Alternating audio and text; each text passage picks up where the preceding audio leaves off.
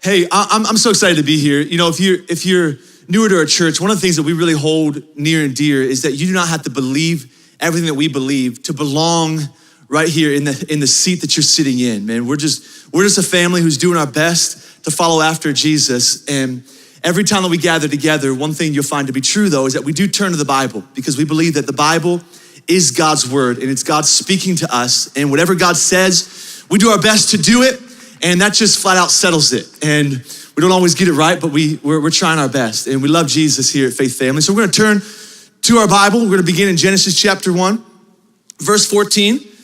Then God said, let there be lights in the expanse of the heavens to separate the day from the night. And let them be for signs and for, everybody together, seasons and for days and years. Ecclesiastes 3, verse 1, Solomon is writing.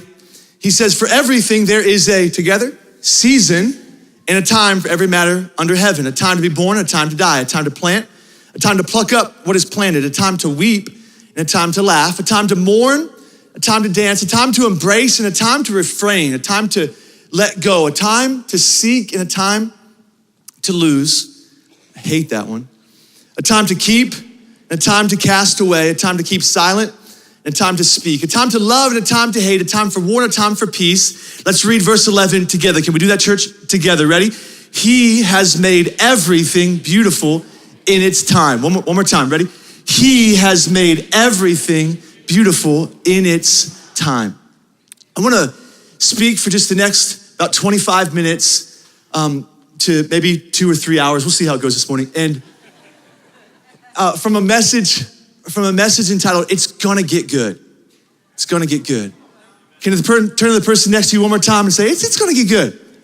It's gonna get good. It's gonna get good. Do I have any sports fans in here? Sports fans, come on, can I see your hand? Can I see your hand? Yeah. All of us to some degree are fans of some, even if you're only like an Olympic sports fan, every 4 years, your sport pops up. We all like sports to a certain level, a certain extent. And me being born and raised just outside of Philadelphia, Pennsylvania, I kind of grew up loving all things Philly sports. So I always watched the Flyers and the Phillies and the 76ers, hashtag trust the process, hashtag if you don't know what that means, hashtag Google, hashtag if you don't know what Google is, sorry. But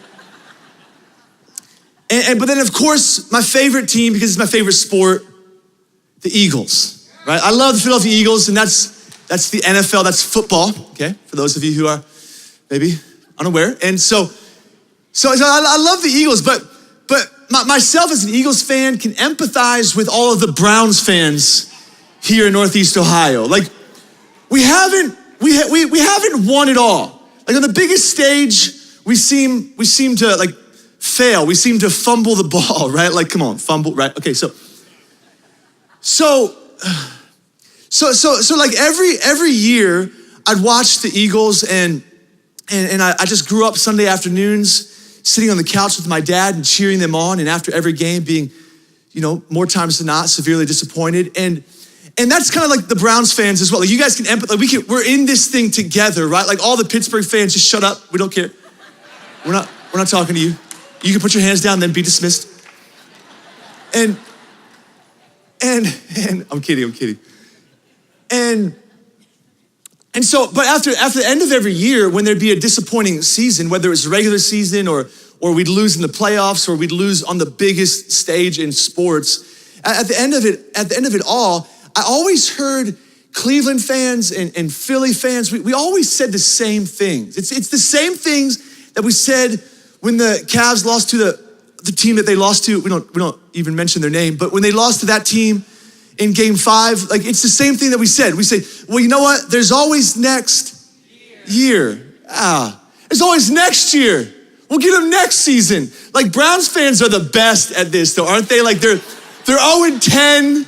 I've got some of my best friends and Derek will tell me, he'll say, you know what? That there's next year. I'm like, bro, they're 0-10. There's not next year or the year after or the year after. Maybe we can talk when we get to like double digits here, but there's always next season, right? And sometimes that's kind of how it is in our own lives. It's a bit indicative of the way that we treat the seasons that we encounter throughout the course of of our own lives, that we're always looking forward to and putting our hope in the next season. Well, if I can just get through this season, I can make it to the next season. Because seasons, there's all sorts of different shapes and sizes and challenges and struggles and joys and highs and lows. Some seasons bring with it great progress and promotion, while others, we didn't see it coming and we had nothing to do with it, but bring some setback and demotion. Some seasons have lots of joy, while other seasons are really frustrating and full of heartache and failure. We all have all different types. You know, one of the things I've found to be true is that we really have very little control over the seasons that come in our lives, don't we? Like we can't always see them coming, and even sometimes with the ones that we can see coming, we don't look at them with anticipation. Other times maybe we do place hope in the promise of a future season, but there's oftentimes these seasons that come and they came out of nowhere. We had no control and we weren't able to anticipate, and we think, man, where is this coming from? I was talking to my dad recently and just talking about life, and he said, Jordan, can I encourage you with something? I said, please, Dad, please. And he said, you know, one of the things I found is that we have very little control, a lot less control than we think we have in life. And I said, that's it? And he's like, yeah, that's it. I'm like, Dad, that's not encouraging. Like, but it's true though. It's true though, isn't it? I mean, there's 4 natural seasons throughout the course of any given year. We've got, of course, spring, summer, fall, and winter. And I really believe that there are 4 seasons that we'll encounter throughout the course of our lives as well. See, I believe that everything in the natural helps us understand the supernatural, the spiritual world. See, God, who is spirit, that which we can't see, that which we can't feel, is oftentimes easily explained by giving an analogy through something that he created in the natural. See, God's the king and the God of it all, the God of the spirit world and the natural. So that which we can see actually helps us understand that which we can't see. Spring, summer, winter, fall. I think that spring could be seen as a season in our own lives, as a season of patience. How many of you know that there are seasons where we need to be patient? Because sometimes a good thing or a God thing in the wrong time is a bad thing. I think summer can be seen as a season of pleasure, especially in Northeast Ohio. Like summer's like, this is what we live for right now. You know, like this is why we live here right now. And fall is a season of preparation. We're preparing for something that maybe we can't see, maybe we can see, but it's a season of preparation. And then winter, and this is an easy one to recognize. And if you're watching online someplace else in the world, maybe you can't empathize with Northeast Ohio, but this is a season of pain in Northeast Ohio. Winter is equal to pain. And I'm not implying that we're referring to physical pain. No, we know through the prophet Isaiah and the apostle Peter that God does not put physical pain on us, but rather he sent Jesus to the cross so that we could be healed of physical pain, right? But nevertheless, it would be naive of us to assume that we can get to a season of pleasure without going through some pain. This is easily understood just through a simple illustration of working out, right? Like the reason why so few of us get to the season of pleasure is because we don't want to go through the seasons of pain, right? So we've got all 4 of these seasons. And I think that these seasons will come and they will go throughout the course of all of our lives. As much as we don't have control over the seasons that we find ourselves in, we do have control over the ingredients in our lives that we add to each of these seasons. And I want to give you 3 things this morning. The first one is that every season has its struggle. That there is a struggle in every season. Now, nobody said amen, and this isn't a shouter, but deep down you're like, that's true. That's true. Like there is a struggle in every season. Maybe you're a little bit like me and you like to think about the future and you're one of those daydreamers and you walk outside and I'm with my 8-year-old daughter and I look up at the clouds and we're like, that's a unicorn and that's a bear and that's a Cleveland Cavaliers victory right there. And you're always kind of dreaming and thinking about the next season. You're putting your hope into the next season. And somewhere along the line though, you begin to realize that that there's a struggle in the season I'm in right now, and there's probably gonna be a struggle in the season that I approach in the future. I can remember growing up and I couldn't wait to get a job. Like I just could not wait till I was old enough, my parents would allow me to get a job, so that I could go to the movies on Friday night, on Saturday night with my friends. I could buy a huge bucket of popcorn and a massive Coca-Cola. My parents couldn't tell me that I wasn't able to eat that or drink that. Like I could buy it for myself. And finally I get a job and I'm working on Friday and Saturday night. And I'm like, this job is keeping me from the thing that I got this job for. Like, eventually I get a girlfriend, right? Because you need a girlfriend. So my dad, if I don't have a girlfriend, you don't let me date, like then I'm gonna be socially awkward for the rest of my life. Like, you need to let me work this thing out right now. Because I'm socially awkward, I'm not gonna do well in high school. If I don't go to high school, I'm not gonna do well in college. If I don't go to college, I'm gonna get a bad job. And then I'm gonna be living in your basement the rest of my life. Like, let me get a girlfriend. So I get a girlfriend, and then I'm going out on Friday and Saturday night, and I'm spending all of my money on my girlfriend. I'm like, there's a struggle in every season. Like, my wife and I were renting an apartment. We couldn't wait till we could buy a house. Well, there's a struggle when you have to do that yard work every week and your water heater breaks down and your basement floods. And just yesterday, I go down to my basement and my sump pump to my air conditioning broke. And so there's just water everywhere. I'm like, this is awesome. The joy of home ownership, you know? And I'm like, I want to go back to renting 8 years ago. Like, take me back there. Because there's a struggle in every season. You see, high school students can't wait to graduate, but when you graduate, that's when real pressure and responsibility sets in. Everybody wants to be older when they're younger, and all those who are older want to be younger. And yet we forget that when you were younger, you don't have the experience and the wisdom that you have now that you're older. Come on, you see somebody and it's their birthday and you say, how old are you now? And they're like, I kind of forget. You're like, really? Like, I think I'm 51. And the husband's like, you're 55. Like, you're like, you knew how old you were. But because there's a struggle, we need to understand, we need to realize that there's a struggle in every season. There's a youth pastor friend of mine down in Texas a couple years ago. We're talking on the phone and he's sharing with me how if he could just hire a worship leader, like if he could just have enough, if his pastor would just free up enough budget money that he could hire a worship leader, then everything would be so much easier for him. And he's just going on for like 5-6 minutes. And I'm like, hey, kid, are you done? Because let me just share something with you from some experience. Let me make you aware. If you add a staff member to your team, you now not only have to learn to lead yourself, but you gotta learn to lead them. Not only do you have your own problems, but you've got their problems too. I said, listen, I understand where you're coming from, but there's a struggle in that season too. We envy everybody else's season because we don't see the struggle.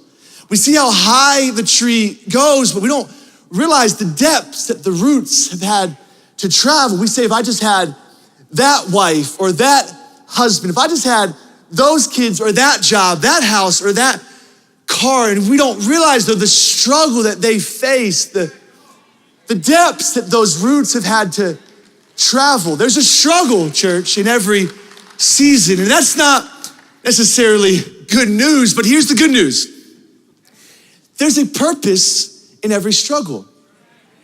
Turn to the person next to you one more time this morning and say, my season has a purpose. My season has a purpose. You know when you don't turn to the person next to you, the preacher can see that, right? I'm just playing. Courtney and I, my wife, when we first had Sophia, our daughter, like we were not ready to have a kid. But in all honesty, how many parents are really ready to have a kid, right? Like you're already drowning and they hand you a child. You're like, thank you. But we like weren't ready financially to have a kid, right? And I know so many people, like we were the stereotypical young couple, like you throw a baby into the mix. We had no money to begin with. Now we've got like even less money to begin with. And there was this particular season where some problems were going on with my car. And it was just one thing after another. And I wasn't telling anybody about it. I was just kind of keeping it to myself and keeping it in prayer. And one winter, my heater goes out. So I kind of deal with it throughout the winter, and I'm just praying and trusting God that I can have the resources to fix this heater. The next winter comes. I'm thinking for sure by this winter, my heater is going to be fixed. And sure enough, it's not. And how many know in Northeast Ohio, no winter in your car is a struggle? And and you're driving down the highway, and the temperature outside is colder than the temperature inside, and you breathe, you're clearing that windshield so you don't get into an accident. You're dodging cars like you're playing some Nintendo game, and so I'm just praying to God. I'm like, God, like this is kind of getting ridiculous. Like, when am I gonna get my heater fixed? And after several weeks of this going on, I just remember one particular morning where God kind of impressed upon me, and I just felt like I knew what he was saying. You know what I mean by that? You didn't hear a voice, but you knew what was right. You knew what he was saying. That's how God speaks to you. There's just this peace where you're like, that's you, Lord. And I wrote it down and I looked it up so I could remember how to say it just as I had sensed it. And God had said, listen, Jordan, if you had everything you wanted right now, you wouldn't appreciate me. You wouldn't appreciate rather what I'm gonna give you to the degree I need you to appreciate it. And that wasn't the answer I wanted to hear. But I did realize in that moment that there was a purpose in my struggle.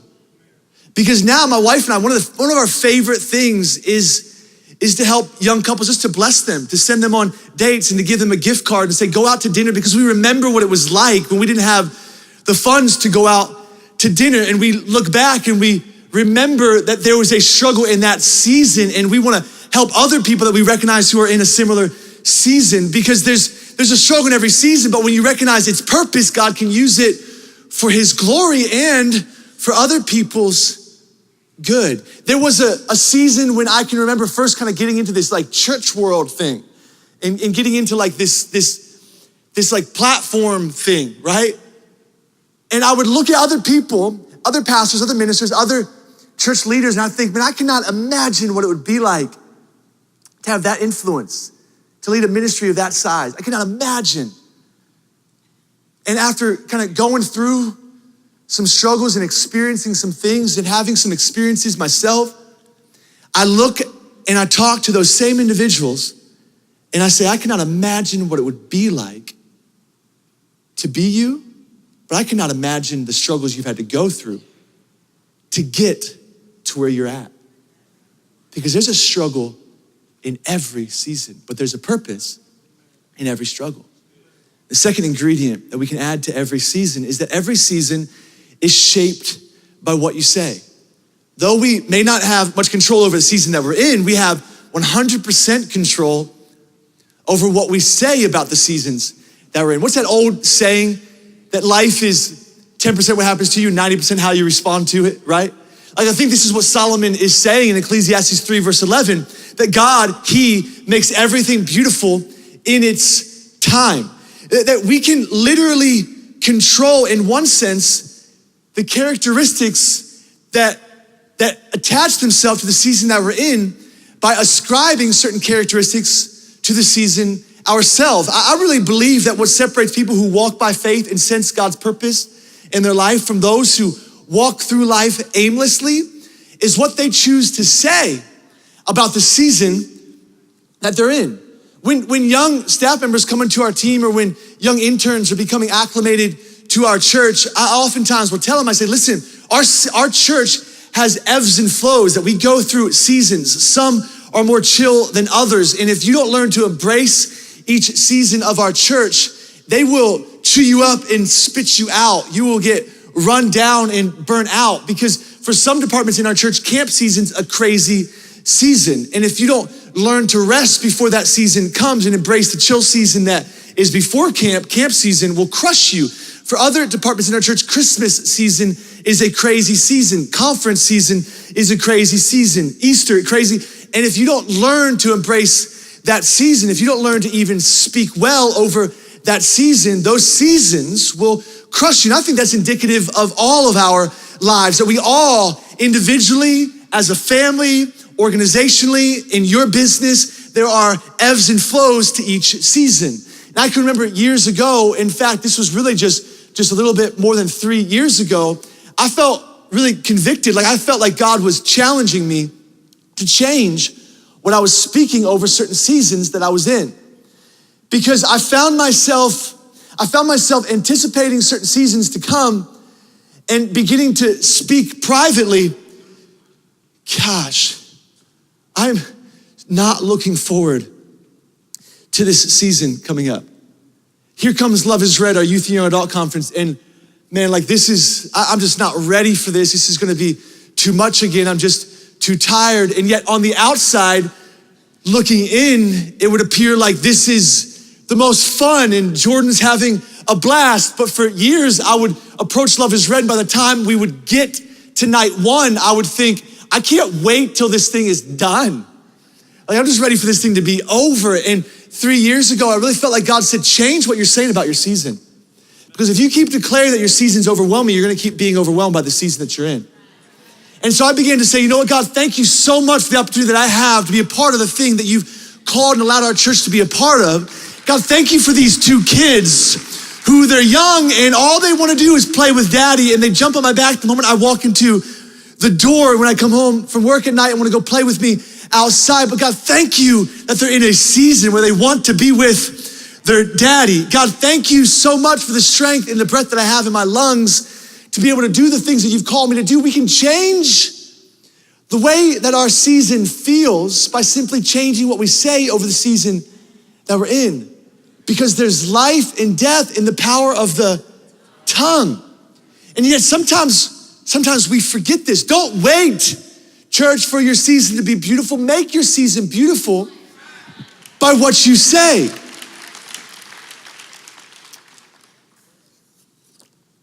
What do you see here? It's not your question. What do you see here? White piece of paper.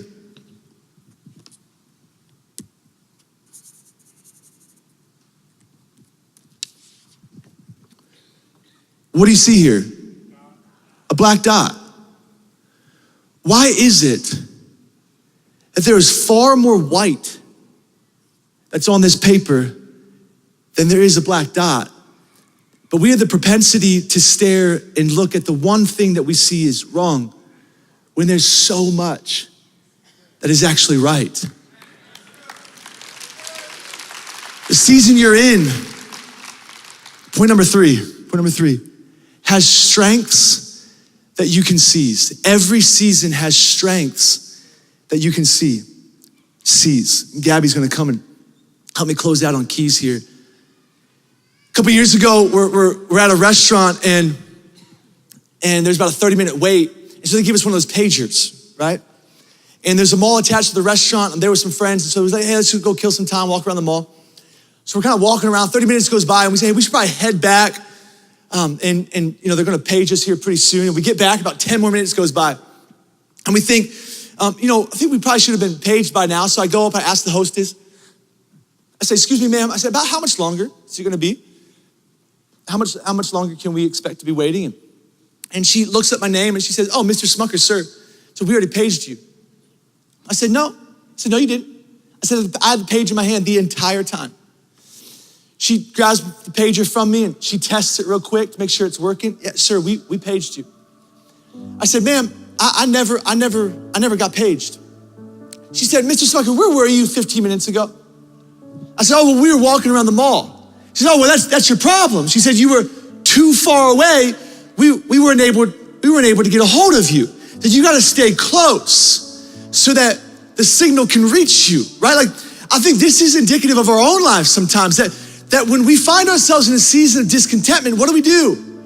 We begin to wander and stray away from the things of God. We begin to wander from the places that give us the most strength. We wander from church and we wander from our connect group and we stop showing up to serve and we stop responding to our friends' texts and we stop waking up early and reading our Bibles and we stop praying and worshiping. I had a friend a couple months ago and he was kind of going through a really difficult season. I wasn't sure how his faith was gonna respond to the struggle that he was in. And I told him, I said, listen, even though it seems right now like you've got no strength to fight this battle, there is strength that you can seize in the season that you're in, but you need to wake up every morning, you need to read your Bible.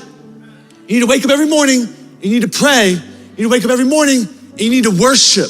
Why is it that when we come to church and Courtney and Natalia and any one of our worship leaders, Andrew, is leading us in worship, and why is it that when we surrender everything to God and we lift up our hands. That's all we're doing. We lift up our hands. We're saying, God, it's not me right now, it's you. Why is it that it's in those moments that we sense God's strength? It's because when we stay close in proximity to him, there is strength that we can seize in those seasons. It's when we begin to feel tired and worn out. It's when we feel like we've got no more strength and we've lost hope and the breath in our lungs seems to be stripped from among us, and we fall to our knees and we say, God, I've got nothing else. And if we're close to him, you can hear him say, you're right where I need you to be.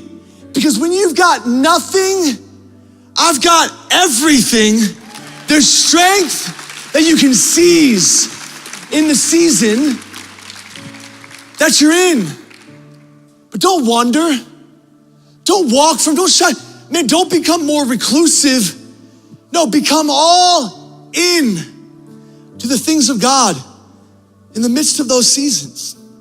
Okay, so I'm gonna close with this. Final thought, okay? Ecclesiastes chapter 3. God, he makes everything beautiful in its time. One of the most beautiful scriptures and promises in all the Bible is found in Romans 8, verse 28. Something that we can all hang our hats on, no matter what's going on, no matter what season we find ourselves in.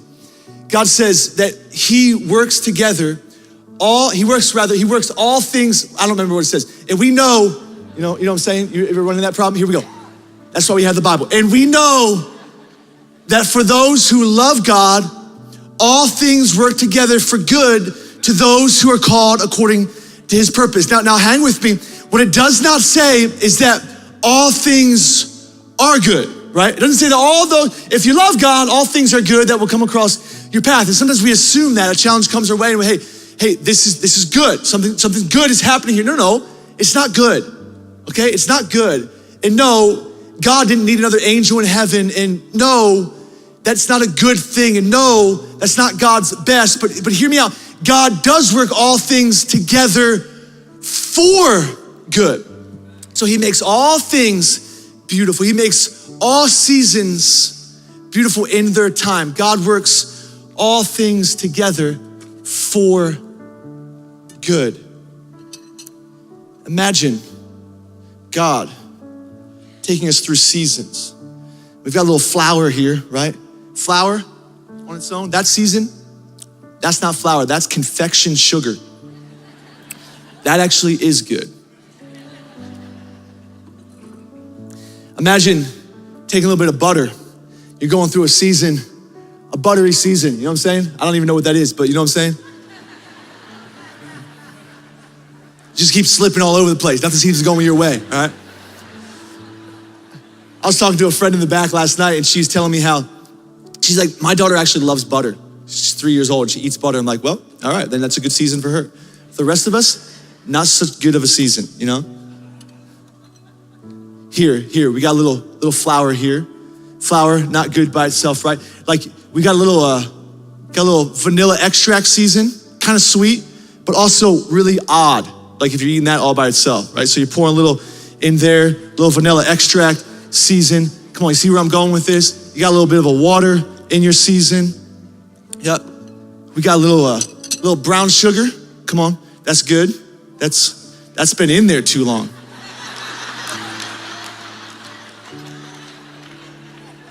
A little help in that season. That season's a little help. It's a good season, but it needs a little bit of help to get there. You know? Ooh, dark chocolate, Hershey Kisses. Yep, that's a real good season right there. You know what I'm saying? You take all of that. Oh, forgot the best one. That egg season. Come on, those seasons by themselves, you know what I'm saying? Some good, some not so good. But here's what God does. In its time, God says, I'm gonna work that season. I'm gonna work that season together for your good. I'm gonna work that season. And what do you get in due time? Oh, you didn't see that coming, did you? You didn't know that season was coming, did you? That's a good season right there, Eris. You want one of those cookies? Yeah, you do. That's a good illustration right there. That comes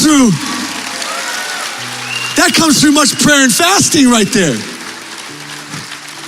Or a really, really intelligent wife. Either one, but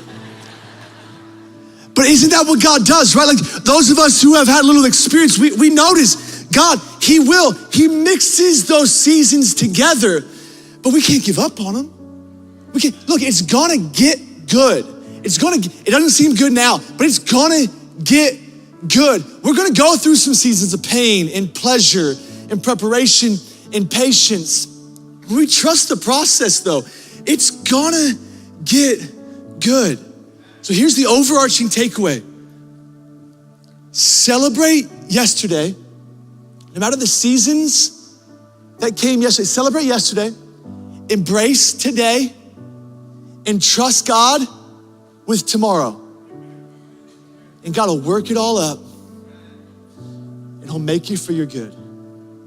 You bow your heads, close your eyes. I'm just gonna encourage you in this moment, just to take a minute, just under your breath, just ask the Holy Spirit, say, Holy Spirit, what would you have me do with what I just heard? Holy Spirit, how can I apply specifically, what is it that you want to speak to me concerning what I just heard? Just take a moment. Let the Spirit of God impress something on your heart. Jesus, speak. We have a passion at Faith Family Church to discover all that God has for us. We welcome and honor our guests so you can experience a church that is full of life and encounter a God that's real and loves you.